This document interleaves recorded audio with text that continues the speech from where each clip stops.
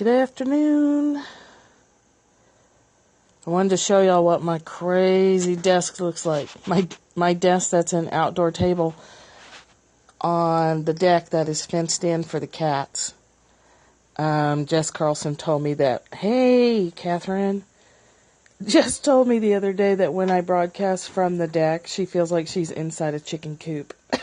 Because we have, you can see it there, the chicken wire keeps the cats inside, but still gives them access to the outdoors. Good morning. Good morning for some people. I'm already late in the afternoon. So, right. So we're broadcasting from the chicken coop. Because of these guys right here. That's Tonka. Hi, Pete Witch. I can't remember your name. I feel terrible when I can't remember people's names. Hopefully you don't mind me calling you by your screen name. Let me turn this around. Hey, Tanya. Oh, you have to be careful when you turn that camera around. It catches you at some pretty sin. That's right. If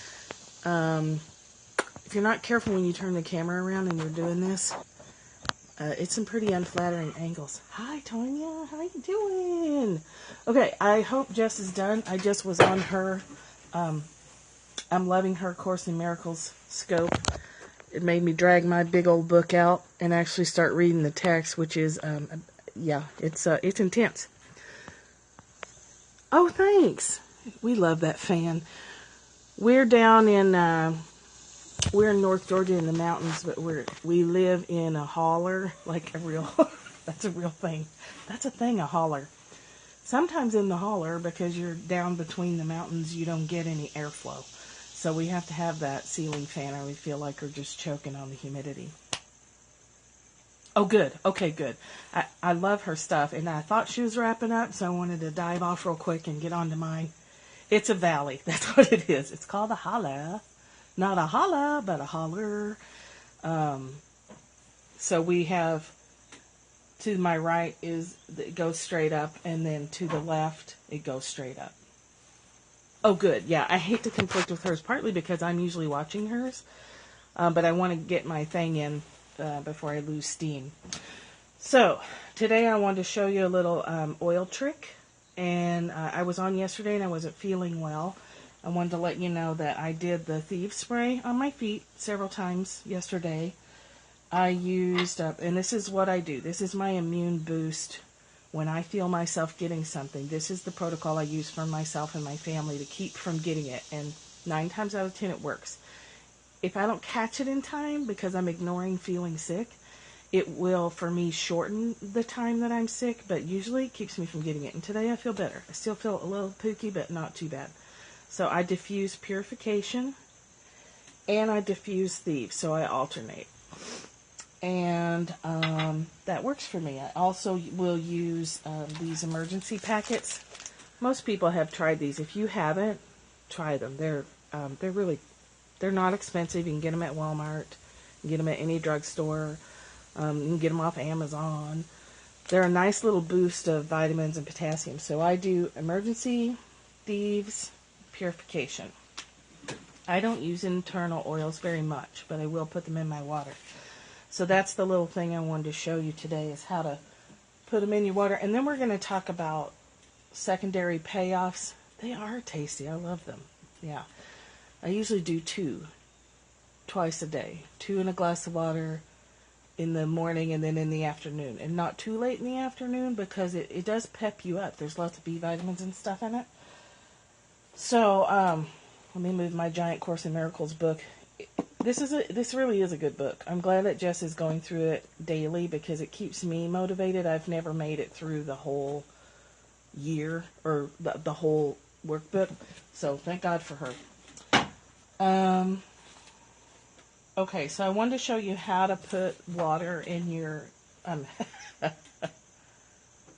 oh, yeah, you could do that. I never even thought of that. I'm glad you said that. So, my other daily routine, and I keep forgetting to introduce myself. My name's Michelle Wolf, and I'm a coach for healers and helpers. So if you're a helper type and you're taking care of everybody else and not taking care of yourself, I'm the person for you. So if you're an animal rescuer or a people rescuer, or always giving, and not setting up your own daily routine, that's what I help people with. Part of my daily routine is desire mapping, because I'm a licensed facilitator for that too. And I use it in everything. I have a workshop coming up September 15th. If you want more information on that, send me a message on Twitter. So we're going to talk too about secondary payoffs to being sick. Right. It's most people I know. And most people on that are in these same groups I'm noticing on Periscope are helpers. Yeah. So on my website, cattyshackdesigns.com, CATTY, shackdesigns.com/desire map. You can get some information there. You can also DM me on Twitter, and I'm happy to talk with you. My event is on Eventbrite. It's number 5, weeksofawesome.eventbrite.com. But DM me, I'm happy to talk to you. There's no charge for that, of course. Yeah, absolutely.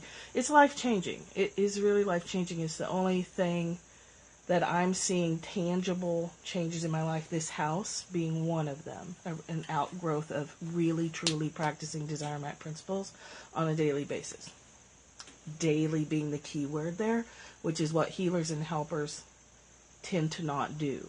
And we're going to talk about that secondary payoff as related to illness, because I see healers and helpers doing that too, using illness as a way to stop instead of owning our power and saying stop. It's cattyshackdesigns.com. So it's let me see if I have it. CATTY is the tricky part on that. Is that visible? I noticed on the replay yesterday it didn't look super visible to me. So I'm on Facebook.com at Wolf Den Press. WOLFFDEN Press is my Facebook business page. And then cattyshackdesigns.com, across the top is a menu that'll lead you to my coaching services, desire mapping, young living essential oils, blah, blah, blah. Cat-friendly home design, if that's what you're into. Which a lot of people are not. So yeah, secondary payoffs for being sick. I have to go back to my notes. I get to rattling to you guys and I forget what I'm doing. Okay, so I want to show you how to add, if you're going to add Young Living essential oils to your water. It can be pretty gross if you just drop them in the top. You're very welcome. Thanks for asking. I just want to get the word out there. Whether anybody ever takes my workshop or takes it from somebody else or just buys the book and does the workshop on their own. Oh, Young Living essential oils, yes. It's like a secret code. I don't want every single oil person rushing over. I want my stuff to be small and cozy and private. So when you put oils in your water, if you choose to do that, I do the citrus oils, and that's about it. But a lot of people use a lot of stuff in their oils. YOLO, you only live once. Also true, also important, YOLO. You're hilarious. Glass of water. When you put oil in water, it floats on the top. So, yuck. And you're not getting it dispersed throughout your glass. And I didn't make this up. Jana is not here. I think she heard it from somebody else, Jana Raffles. She's a Young Living person too. So she put out this little tip that I wanted to pass on to you guys. Same for your bath. If you're putting oils in your bath water, mix it with Epsom salt first. You're going to get the benefit of the Epsom salts, and then it's not going to float around on the top of your bathtub in little tiny islands of grossness, which is what I call those little oil bubbles on top, because that's kind of disgusting. So today, I'm going to put citrus. Whoops. Lemon's what I used yesterday. That's not what I'm using today. Citrus Fresh is what I'm using today. So it's different. It's a lemon, orange. Catherine will know better than I. Whoa, a tree branch just fell. But it's an interesting life living in the forest. It's just a little bit, it's different. So there's lemon, orange, I think tangerine, and a dash of spearmint in this. It's nice. I mean, it really is freshening. So to keep it from floating around gross on your water, do this. Get you some Himalayan pink salt, or, some kind of natural salt blend. Don't use like Morton's table salt for this. Use a pink salt or some kind of mineral salt. And then take your oil, and I only put 2 drops in this whole mason jar quart of water. So you take a spoon, and I should probably turn my camera. This is not demonstrating very well. So you're following me, right? Spoon, salt, oil.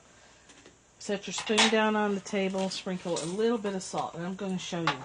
I mean just a little bit. You don't want to like poison yourself and make yourself throw up by having too much salt. So I'm talking about like 1/8 of a teaspoon of salt here. Just that teeny bit. Orange, tangerine, grapefruit, lemon, mandarin, orange, and spearmint. Cool. The spearmint is what gives it that little unusual, really kind of refreshing and unusual taste. And there's health benefits and mood uplifting benefits of citrus oils anyway. I mean, citrus oils, just smelling them perk you up and they're uplifting. So that's how much salt I mean. Like, that's barely even a pinch. And that's enough, just like when you're using oils in the bath, it's enough to disperse the oil through your water. So it's not floating on top. So take a bottle. Whoops. I'm getting salt all over the place. If when I do this in the kitchen, I'm a little more, I was going to say I'm a little neater, but that's really a lie. I'm kind of messy. I have a little trimmer in my hand. Don't mind that. So then you just put your 2 drops, 1 or 2 drops. There's 2. You can see that the salt, the salt absorbs it like sand. And then I can mix it in my water. What, I'm strong. Whoop. Right. Gatorade's gross. Even if you couldn't drink it, you shouldn't drink it. So then you just, let me see if I can get this over here. If I flip the camera back around, sometimes I lose my signal. So you just stir it in. Super easy. Then you get a little minerals from the salt. You get the health benefits of the oil. And I don't think you can see. Whoops. You can't see if I don't put it in the right place. Yeah, you're not going to be able to see it, but the oily residue is not floating around on the top. And I do use a plastic straw with it. I'm not noticing that the citrus oils are eating into the straw or anything. But in theory, over time, I suppose they could. Usually I'm drinking my water fast enough. If I don't drink enough, I start to get headaches. And getting a headache from not drinking enough water is just like the stupidest thing. I mean, how stupid is that? Get a headache not drinking enough water. Drinking water is like the simplest thing on the planet to do. So, citrus water. So I want to talk to you then about what happens to, from Target. Over where the canning supplies are. You can also get them on Amazon. It's made by Ball. The Ball canning people. So it's a nice big straw. I use it for smoothies because, smoothies get thick and a little straw won't cut it. And then I was thinking that the thickness of this straw meant I could use the citrus oils in my water longer. And the nice plastic lid is good for when you have pets and or children because they knock shit over. So yeah, it comes in a pack of 3, and it's like, I don't know, $5. You could probably get it cheaper on Amazon. Since you have Amazon Prime, that's where I would get it. Okay, so I see healers and helpers helping everyone else, but hurting themselves through neglect. So the reason I put Young Living Essential Oils, Amazon, we love Amazon. Amazon Prime is the shit. We have more than paid for our membership with movies and free shipping and whatnot.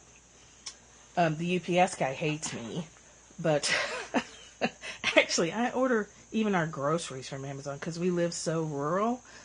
Yeah, I've started actually splitting my deliveries between my house and my daughter's house in Loganville, where I go, in Georgia, where I go watch my twin granddaughters.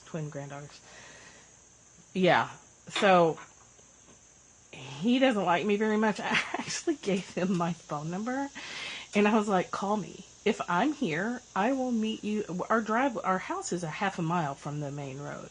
So I told him I would meet him down there to make his life. He's kind of a whiner. The stream, the rocks. I was like, You're a UPS driver in rural North Georgia. What do you expect? Go work in the city, buddy. I'm trying to help him out. And if I have big, heavy stuff like our groceries, I use Prime Pantry. I get it delivered to Loganville because I'm down there once or twice a week, and I just pick it up myself, and then I don't have to listen to him whine. So, desire mapping is deciding how you want to feel. And what I've witnessed people doing, and what in the past, and I mean the far past, like maybe 15 years ago, what I've done myself is I've used sickness as a way to stop and rest. The problem is, if you don't stop and rest until you get sick, you've stopped, but you're not resting. You're not getting rest. You're sick. So you're not benefiting from the time off from your helping activities. So if you run an animal rescue, my blog is cat focused, and I've done lots of animal rescue myself for years and years. And when you push yourself for your friends, family, animals, whatever social justice cause you're invested in, and you don't learn how to say to the people around you, I've got to take some time off. I feel myself getting tired. I feel myself getting sick, like I'm catching something.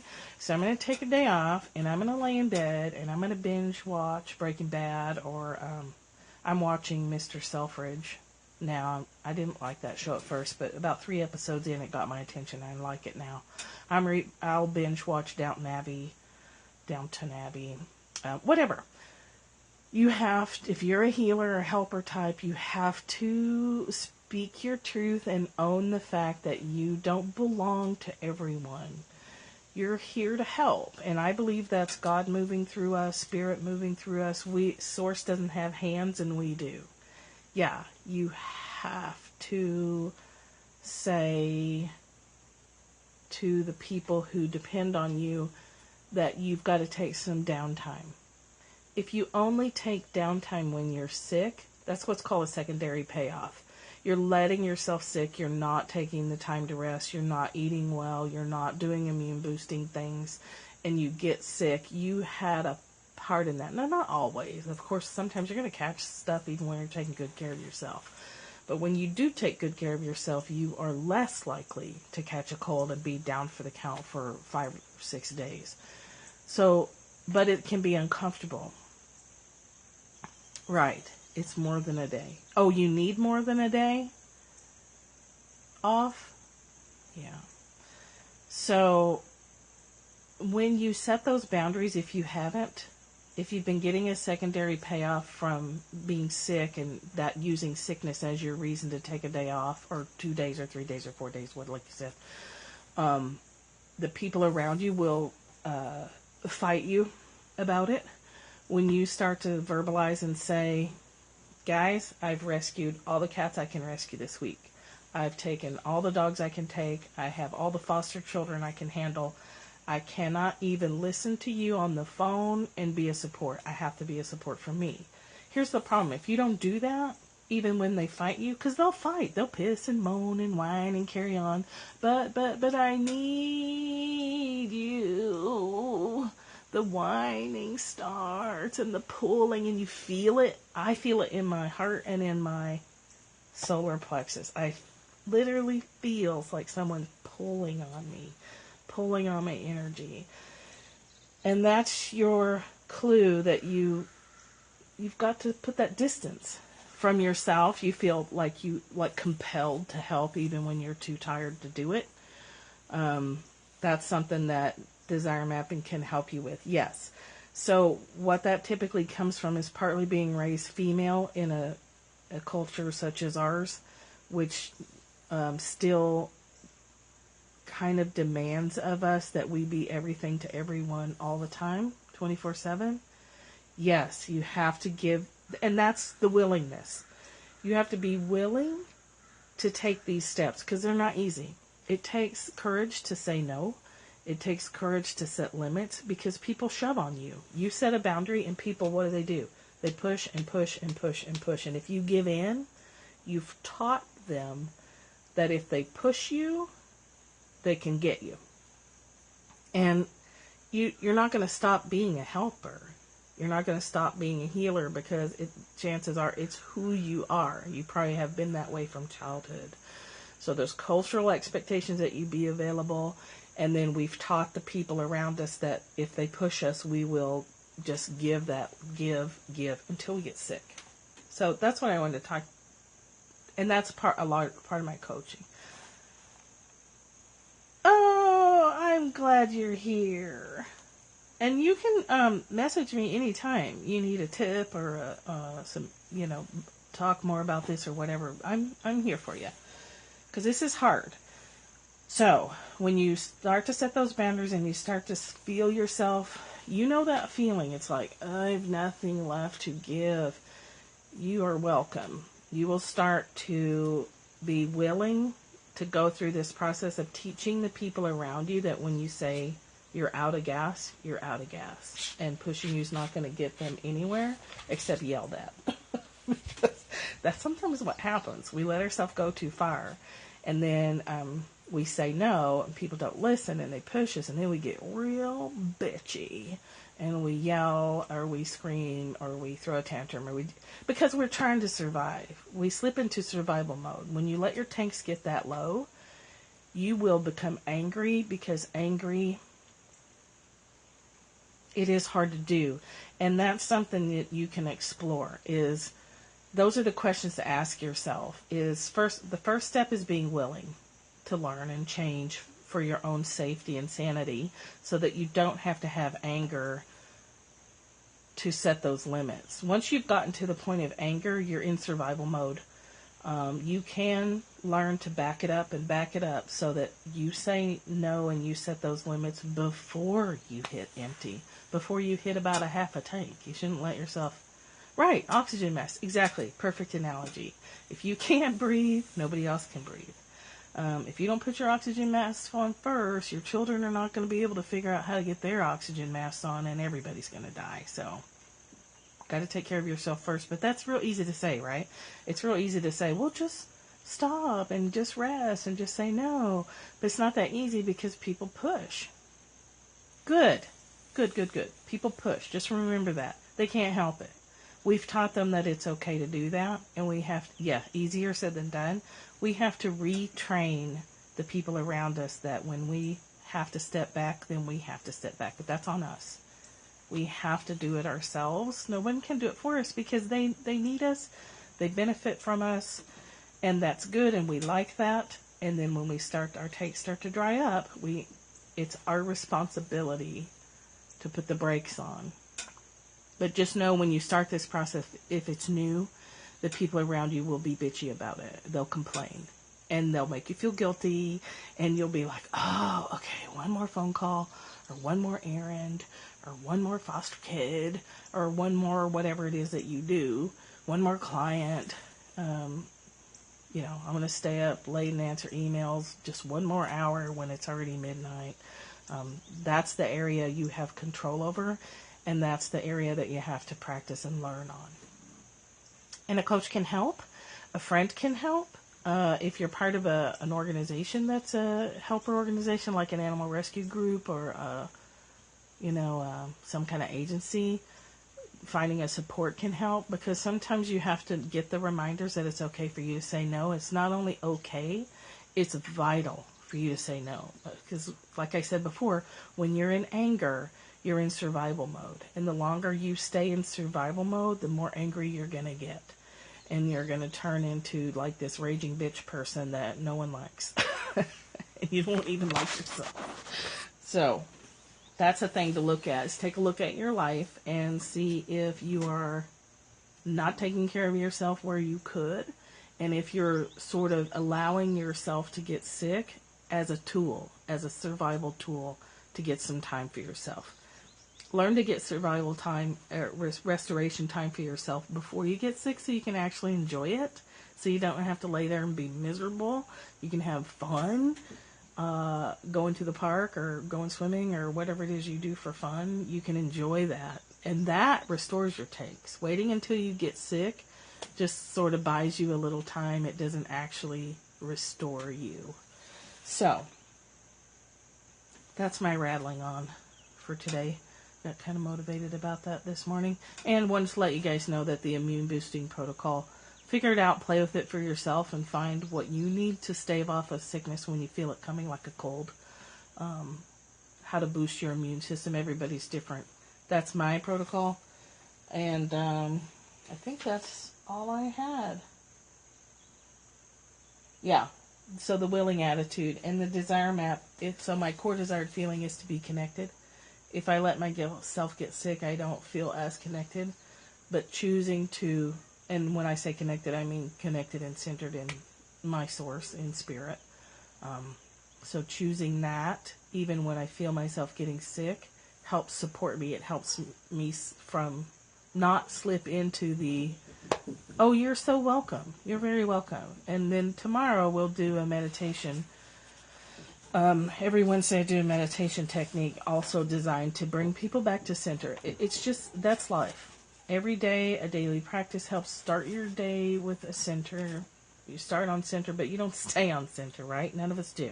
Even practiced masters don't stay on center. You fall off, you get back on. You fall off, you get back on. And all these tips and tricks and stuff are just designed so you have this giant toolkit of when you feel like shit, you go, oh, I know, I can go do a gratitude blast. Or, oh, I know, I can smell an essential oil, perk myself up. And you start to take personal responsibility for perking yourself up. Because not being perked up starts to lose its value. Okay, so tomorrow I'll have a meditation technique. I don't know what it's going to be yet. I'll figure that out in the morning. And thanks for hanging out. I'm really glad it was helpful. And do something nice for yourself today. Take care of yourself today. And just be willing to practice the idea of saying no and setting limits. Okay. Thank you for all the hearts. I really appreciate them. I forget to say that, but I really do appreciate them. I see them, and they're so pretty. And Tanya, you have the peach-colored hearts that are so beautiful. And I appreciate that a lot. I really do. You're welcome, and I know you need to probably take time for yourself, too, although I think you're pretty good at that now, aren't you? Maybe could be better. We could all be better. We don't want to be selfish, and we get called selfish or stingy or whatever, and nobody wants to be that, but that's not true. That's just the way. I like the mustard hearts, too, though, because to me, the mustard hearts look like sunflowers. They don't look like mustard to me. But I like mustard, so that's okay, too. Okay, I got cats pestering me like sunshine. Sunshine hearts. Okay, I'll be back tomorrow, and take some time for yourself. Thank you. Thanks for coming. Let's see. I'm going to try to do this. Wow. Don't our hands look huge? Oops. Cat's down. Okay, I'm going to have to do it this way. See you later, guys.